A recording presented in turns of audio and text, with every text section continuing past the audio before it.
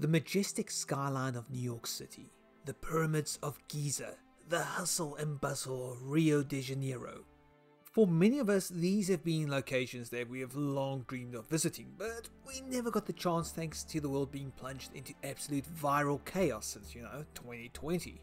International tourism has been a no-go area for all but the obscenely rich who can afford private island getaways or a trip into space, but there was a digital jab of global travel last year with the Microsoft Flight Simulator.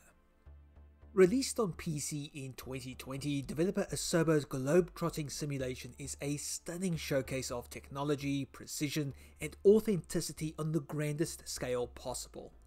It's now also on Xbox Series X and S, bringing over 100GB of air travel to Microsoft's latest video game consoles. That's the install size, by the way. Microsoft Flight Simulator is the full PC experience on console, making for an ambitious takeoff and a bit of a rough landing. Before we get to that bit of turbulence though, check that your seat trays are folded into the upright position, put your seatbelts on, and please do observe the no smoking sign, because we're in for one heck of a scenic flight.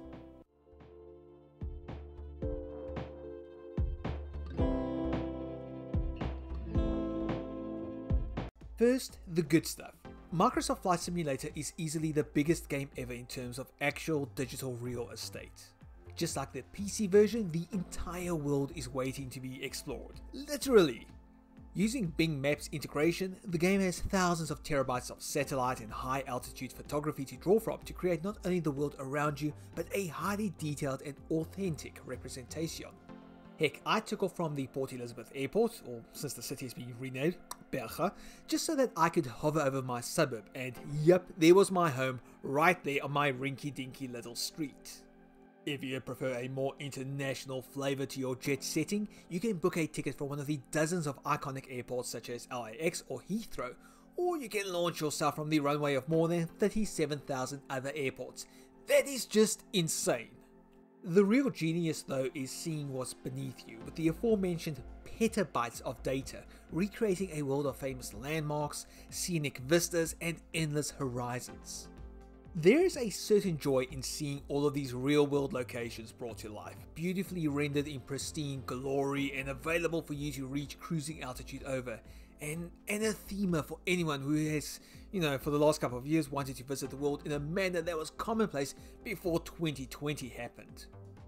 How you play Microsoft Flight Simulator is also part of the package, as the game has numerous options on hand for novices behind the rudder, and seasoned pilots looking to flick a few hundred switches on a red-eye flight between London and New York City. How complex you want a flight to be is up to you, as the game provides a number of AI assists that can be toggled on and off to help you create your perfect Smile High Club experience.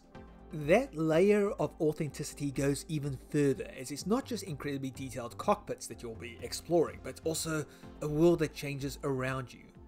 Real world weather conditions with live air traffic, customizable options that let you take off in a dangerous rainstorm, or land just as the sun is rising. It is all there.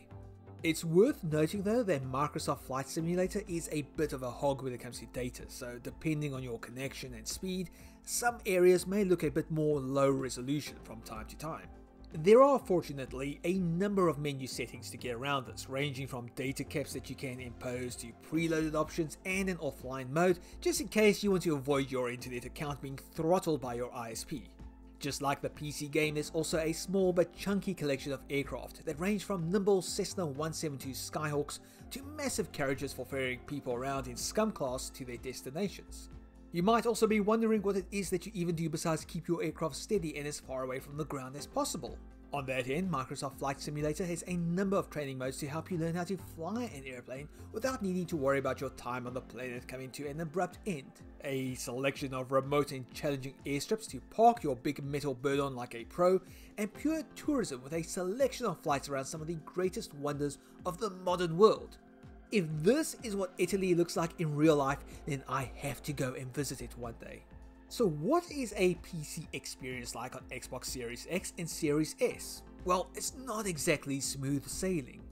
Visually, the game holds up beautifully until you get to extremely dense areas of the world, but if you are planning to play with a controller instead of the several peripherals that are coming out soon for the game, it's going to be a laborious experience. Asobo has chosen to go with a virtual mouse in the console version of Microsoft Flight Simulator, which makes for tedious interactions that move at a snail's pace. Trying to interact with the cockpit using the system is imprecise, and as for graphics settings, the only option you really have is to toggle HDR10 on and off. But it's the menu interface where the game becomes a bit of a mess, as it's not uncommon to have several windows open, each one overlapping the other one, and creating a stampede of options that you have to navigate through. Even getting to active pause, which allows you to stop your plane in midair so that you can take your time configuring the world around you, or even grabbing a neat screenshot, is buried under multiple layers of the UI. And AI Pilot takes over while you try to work your way through that fustercluck of windows, but it's a prime example that a good user interface on a console can make a massive difference.